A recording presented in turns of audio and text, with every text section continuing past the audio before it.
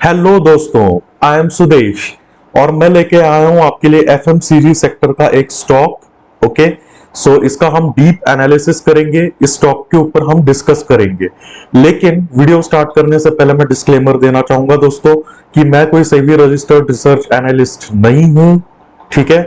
और ना मैं ये वीडियो आपको स्टॉक टिप देने के लिए बना रहा हूं। मेरा पर्पस ये है कि आप कैसे अच्छे से अच्छे स्टॉक को चूज करें, स्टॉक को कैसे एनालाइज करते हैं, ये मेरा पर्पस है वीडियो बनाने का। मेरा वीडियो बनाने का पर्पस केवल और केवल एजुकेशनल पर्पस है। मैं एजुकेशनल पर्पस के लिए ये वीडियो बना रहा हूं। अगर आप ये स्टॉक खरीदना चाहते हैं या बेचना चाहते हैं तो मैं आपसे रिक्वेस्ट करूंगा कि आप खुद भी अपनी रिसर्च पूरी करें, उसके बाद अपने फाइनेंशियल एडवाइजर से भी जरूर डिस्कस करें। तो चलिए दोस्तों, इस स्टॉक को डिस्कस करते हैं। ये स्टॉक का ओवरव्यू है। इस स्टॉक का मार्केट कैप 852 करोड़ है और करंट प्राइस इसका 8 रुपए है, 8 रुपए 70 पैसा है। बुक वैल्यू की बात करें तो बुक वैल्यू 2.5 रुपए है, 2.58 है और करंट प्राइस 8.70 है। तो ये बुक वैल्यू से अपने 3 to 4 टाइम्स जो है 3 to 4 टाइम्स महंगा चल रहा है, ठीक है। ये बुक वैल्यू से 3 to 4 टाइम्स है, तो ये बुक वैल्यू के हिसाब से ये स्टॉक महंगा है। पी की बात करें, P ratio, price to earning ratio की बात करें तो इसका current stock price to earning ratio 50 है और इसका इंडस्ट्री पी रेशो 42 है।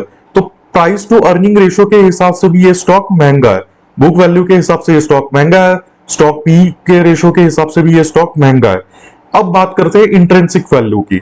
इंट्रिंसिक वैल्यू इसकी 3 रुपए है, जबकि ग्राम नंबर, इसका ग्राम नंबर भी देखते हैं, ग्राम नंबर 3.3 रुपए है। तो इंट्रिंसिक वैल्यू और ग्राम नंबर के हिसाब से भी ये स्टॉक महंगा है। सो ओवरऑल वैल्यू की बात करें तो मैं जरूर ये कहना चाहूंगा आपको कि ये स्टॉक महंगा है। इसका ROC, return on capital employed, recent का 11% है और रिटर्न ऑन इक्विटी 7 है। सेल्स ग्रोथ की बात करें तो 5 साल से इसकी सेल्स ग्रोथ जो है 8.95% से कंपाउंड हुई है। रिसेंटली इसने 26.2% का सेल्स ग्रोथ दिखाया है। सेल्स ग्रोथ के हिसाब से ये कंपनी काफी अच्छी है। आगे चलते हैं दोस्तों, प्रॉफिट एंड लॉस स्टेटमेंट की बात करें तो मार्च 2015 में इसका सेल्स और रेवेन्यू जो है वो 259 करोड़ था, जो कि बढ़कर आज मार्च 2024 में 870 करोड़ हो गया है। तो सेल्स की बात करें गाइस, तो सेल्स की बात करें, रेवेन्यू की बात करें तो ग्रोइंग फेज में है। एक्सपेंसेस की बात करें तो एक्सपेंसेस ज्यादा है, कंपनी का एक्सपेंसेस पे कोई कंट्रोल नहीं है और उसका रिफ्लेक्शन ऑपरेटिंग प्रॉफिट मार्जिन पे दिख रहा है। अगर ओपीएम परसेंट की बात करें तो ये 10 से कम है, डबल डिजिट्स में भी नहीं है।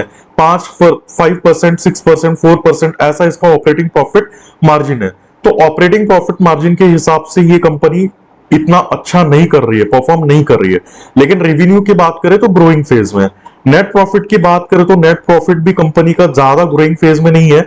मार्च 2024 में रिसेंटली उन्होंने 8 से 17 करोड़ का नेट प्रॉफिट किया, जो कि अपने 2 टाइम्स से भी ज्यादा है। तो ये एक अच्छी बात इसमें है। लेकिन profit margin, operating profit margin इसका काफी वीक है। आगे चलते हैं दोस्तों, बैलेंस शीट की बात करते हैं। तो बैलेंस शीट काफी अनहेल्दी लगी दोस्तों मेरे को। इसकी बैलेंस शीट के हिसाब से ये स्टॉक बिल्कुल भी खरीदने लायक नहीं है। क्यों नहीं है, उसके पीछे का रीजन मैं बताता हूं। इक्विटी कैपिटल ये कंटिन्यूसली डायलूट करते जा रहे हैं। 9 का 18 हुआ, 18 का 25 हुआ, 25 का 29 हुआ और मार्च 24 में तो इन्होंने इक्विटी और भी डायलूट कर दी है और वो कर दिए 98।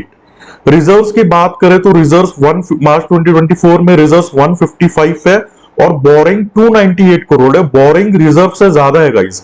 सो ये काफी अनहेल्दी स्टेट में है। मतलब कंपनी का डेट पे कोई कंट्रोल ही नहीं है ना। और ये कब कंटिन्यूअसली इसके जो बोरिंग्स है वो बढ़ते ही जा रहे हैं। जैसे अगर मार्च 2015 में बोले तो रिजर्व केवल 21 करोड़ थे और बोरिंग 184 है।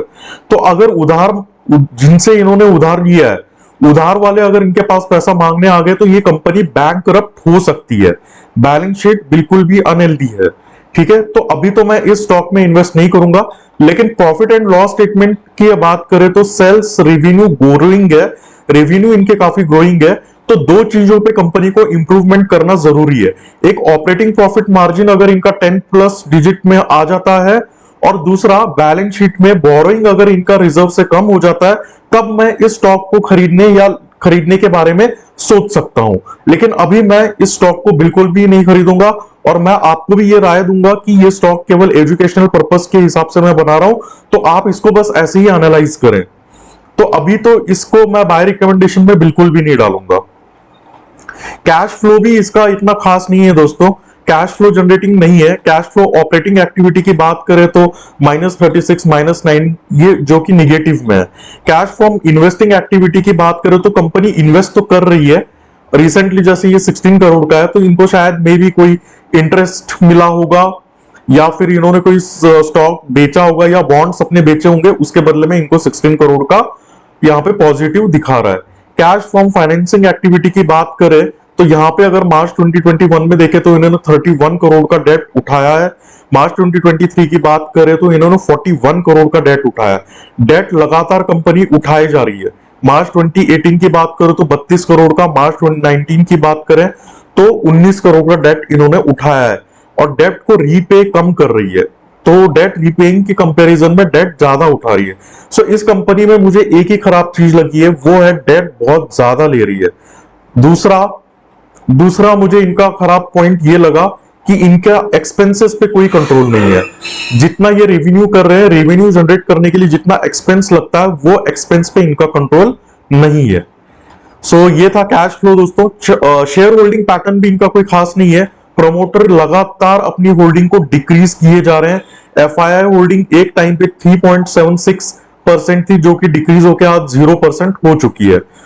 पब्लिक होल्डिंग 45 है। लेकिन अगेन मैं बात करूं, promoter holding continuously decreasing phase में, जो कि ये दिखलाता है कि प्रोमोटर्स को ही अपनी कंपनी पे कोई किसी तरह का कोई भरोसा नहीं है। दोस्तों इस स्टॉक में मेरे को तीन चीजें बहुत ही खराब लगी है। वन बाय वन उनको क्विकली एनालाइज वापस से डिस्कस कर लेते हैं। सबसे पहला point, profit margin, operating profit margin इनका डबल डिजिट्स में नहीं है, लेस देन 10% है। एक्सपेंसेस पे कोई कंट्रोल नहीं है compare to revenue. Net profit भी इनका इतना खास नहीं है, दूसरा पॉइंट। सो अब बैलेंस शीट की बात करें, थर्ड पॉइंट ये है कि रिजर्व्स के कंपैरिजन में बोरिंग ज्यादा है, तो ये बैंकरप्ट हो सकती है। कैश फ्लो की स्टेटमेंट की बात करें तो ऑपरेटिंग कैश जनरेटिंग कंपनी नहीं है। और एक बात करें, शेयर होल्डिंग पैटर्न जो है, प्रोमोटर लगातार अपनी होल्डिंग को डिक्रीज करना है। सो ये सारे कमतरता है इसमें। अब पॉजिटिव की बात करें तो कंपनी में बस एक ही चीज पॉजिटिव लग रही है कि कंपनी रेवेन्यू जनरेटेड कंपनी है ना। कंपनी के रेवेन्यू बढ़ रहे हैं, 259 से 870 पे आज ये है, तो ये काफी अच्छी चीज है। तो आप इस स्टॉक को अपने रडार में रख सकते हैं। अगेन ये कोई बाय एंड सेल रिकमेंडेशन नहीं है गाइस, ये वीडियो केवल और केवल एजुकेशनल पर्पस के लिए। मेरा पर्पस ये है कि स्टॉक को कैसे एनालाइज करते हैं और किस तरह से आप बेहतरीन से बेहतरीन स्टॉक बाय या सेल कर सकते हैं, ठीक है। सो इस स्टॉक का नाम अभी हम डिस्कस कर लेते हैं गाइस। इस स्टॉक का नाम है सर्वेश्वर फूड्स लिमिटेड। ये जो है बासमती राइस को मैन्युफैक्चर करती है। इसके अलावा इनके दूसरे भी प्रोडक्ट्स हैं। आप यहाँ पे इनके प्रोडक्ट्स लिस्ट में आएंगे तो आप लोगों को और जानकारी मिलेगी। ये कंपनी की वेबसाइट है गाइस। सो मोटा मोटा ये ब्रांड इनके ब्रांड्स है, प्रीमियम ब्रांड्स है इनके, ठीक है। तो बासमती राइस ये मैन्युफैक्चर करती है और एक्सपोर्ट करती है, बेचती है। So this is all about the company.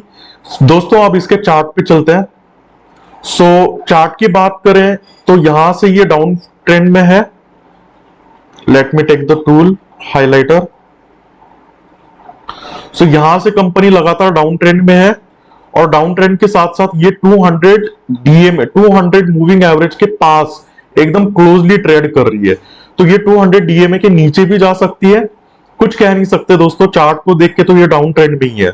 सो ये था analysis of this FMCG sector. दोस्तों आपको ये स्टॉक कैसा लगा, अपनी राय कमेंट में जरूर दीजिए और साथ ही साथ इस स्टॉक को आप अपने रडार में रख सकते हैं। अगेन लास्ट में मैं डिस्क्लेमर देना चाहूंगा, ये वीडियो केवल और केवल एजुकेशनल पर्पस के लिए है। मैं किसी भी तरह का ये स्टॉक आपको बाय या सेल रिकमेंड नहीं कर रहा हूं। Okay guys, thank you, have a good day, bye bye everyone.